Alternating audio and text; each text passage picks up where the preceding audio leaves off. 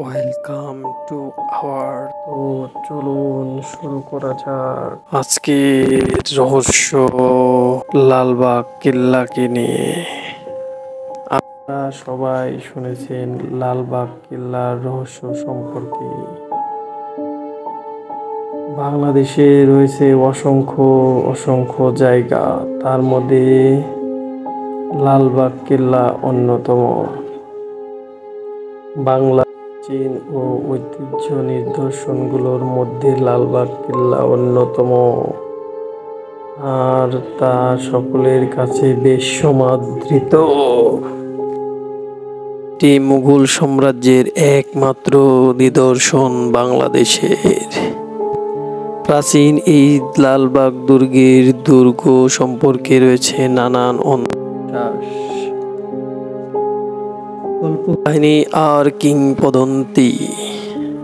লালবাগ কেল্লার তৈরির ইতিহাস সম্পর্কে জানা যায় সুবেদার আজম শাহ ১৬৭৮ সালে ঢাকায় একটি প্রাসাদ দুর্গ নির্মাণের হাত দেন। যুবরাজ আজম শাহ প্রথম এই উদ্যোগ নেন। তিনি অত্যন্ত জটিল একটি নকশা অনুসরণ করেন দুর্গের নির্মাণ কাজ শুরু করেন। তিনি দুর্গের নামকরণ করেন কিল্লা আওরঙ্গাবাদ, কিন্তু পরের বছর সম্রাট আওরঙ্গজেব তাকে দিল্লি ফেরত পাঠান। ফলে দুর্গের কাজ অসমাপ্ত রেখে তাকে দিল্লি যেতে হয়। এরপর সুবেদার হয়ে দ্বিতীয়বারের মতো ঢাকায় আসেন শায়েস্তা খান।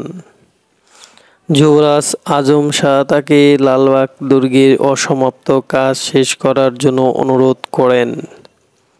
শায়েস্তা খাঁ দুর্গের কাজ পুনরায় শুরু করেন, কিন্তু ১৬৪৮ সালে তার অতি আদরের মেয়ে পরী বিবি মারা গেলে তিনি অশুভ মনে করে এর কাজ বন্ধ করে দেন। এর পরবর্তীতে নির্মাণ করেন চিত্তাকর্ষক পরী বিবির সমাধিসৌধ। অসমাপ্ত অবস্থায় থাকার জেরে দুর্গটি পরিত্যক্ত হয়ে যায়। রহস্যের চাদরে ঘেরা লালবাগ কেল্লার সব থেকে রহস্য স্থান হচ্ছে লালবাগ কেল্লার দক্ষিণ পূর্ব দেয়ালের সঙ্গে যুক্ত সুড়ঙ্গ পথ। মূলত সুবেদার আমলে লালবাগ কেল্লার নিচে অসংখ্য সুড়ঙ্গ তৈরি করা হয়েছিল। অসংখ্য সুড়ঙ্গের মধ্যে একটি সুড়ঙ্গ আছে যার ভেতরে কেউ ঢুকলে তার ফেরত পাওয়া যায় না, তাই সবার সুরক্ষার জন্য সুড়ঙ্গটি তালাবদ্ধ করে দেওয়া হয়। এছাড়াও এই সুড়ঙ্গ নিয়ে নানান মতের নানান প্রচলিত রহস্য আজও সুস্পষ্ট ব্যাখ্যা এখনো মেলেনি। মিথ আছে যে এ রহস্য শুরু হয়েছিল যখন ১৮৫৭ সালে সিপাহী বিদ্রোহের সময় থাকে। তখন সিপাহী বিদ্রোহীদের ব্রিটিশরা ধরে ধরে ফাঁসি দিয়ে থাকে। সেই সময় কয়েকজন বাঙালি সৈনিককে তারা করতে করতে ওই সৈনিকরা লালবাগ কেল্লার মধ্যে সুড়ঙ্গ দিয়ে পালানোর চেষ্টা করে। তাদের ধরে আরও কয়েকজন ব্রিটিশ সৈন্য পিছু নেয়, কিন্তু কেউ আর কখনো ফিরে আসেনি। এই ঘটনা তদন্তে ব্রিটিশ সরকার প্রথমে শিকল বেঁধে দুটি কুকুর পাঠায় এবং পরে আরও দুটা পাঠায়, বাট আর কখনো এরা ফিরে আসেনি। শিকল ফেরত আসলেও তারা কেউ কখনো ফেরত আসেনি। অনেকেরই ধারণা এর ভিতরে এক প্রকার গ্যাস রয়েছে যার তীব্র প্রতিক্রিয়া প্রাণীদেহের হাড় মাংস গলে যায়। আবার কারো কারো মতে এর ভেতরে এমন কিছু অজানা শক্তি রয়েছে যার দরুন কোনো প্রাণী ভেতরে প্রবেশ করলে তার পক্ষে জীবিত ফিরে আসা সম্ভব নয়। পরে এই মুখটিকে লোহার শিকল দ্বারা বেঁধে দেওয়া হয়।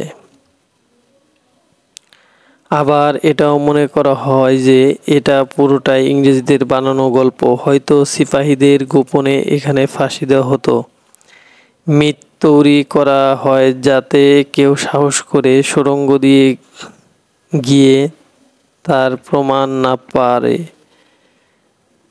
উল্লেখ্য, সুবেদারের ঘরটিতে একটা কাস্টরি সেল আছে, সেখানে ইংরেজদের বন্দি করে অত্যাচার করা হতো। তথ্য পাওয়ার জন্য হতে পারে ইংরেজরা তা বদলা নিল, এটা বলা যেতে পারে। যেহেতু দুটি সুড়ঙ্গ শেষ হয় জিঞ্জিরা ভবনের কাছে, এই জিঞ্জিরা ভবনটি বুড়িগঙ্গা নদীর কাছে, তাই মূল সুড়ঙ্গ এখানে শেষ হওয়ার প্রশ্নই ওঠে না। কিন্তু এখনও মূল সুড়ঙ্গ এর কাজ বের করা সম্ভব হয় নাই।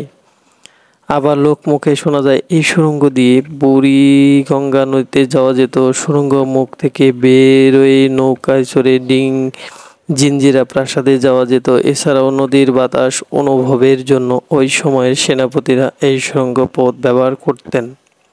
তবে এসব কথার কোনো দালিলিক প্রমাণ পাওয়া মেলেনি। তবে যুদ্ধের সময় মুঘল সেনারা যখন বুঝতে পেরেছিলেন পরাজয় নিকটবর্তী, তখন তারা এই সুড়ঙ্গ পথ ধরে প্রাচীর পেরিয়ে যেতেন। উল্লেখ্য, এই লালবাগ কেল্লায় একটি সুড়ঙ্গ আছে যেটা গোলক ধাঁধার মতো। সুড়ঙ্গ পথের রহস্য উদ্ঘাটনের জন্য আজ পর্যন্ত কোনো প্রত্নতাত্ত্বিক খনন কাজ হয়নি, তাই এটি আজও সকলের কাছে রহস্য কেন্দ্র। আমরা অপেক্ষায় থাকলাম এই রহস্য সমাধানের জন্য। তো আজ এ পর্যন্তই। সবাই ভালো থাকবেন, সুস্থ থাকবেন। আর যদি আমার এই ক্ষুদ্র চ্যানেলটি ভালো লেগে থাকে, প্লিজ সাবস্ক্রাইব করে যাবেন। সবাই ভালো থাকবেন।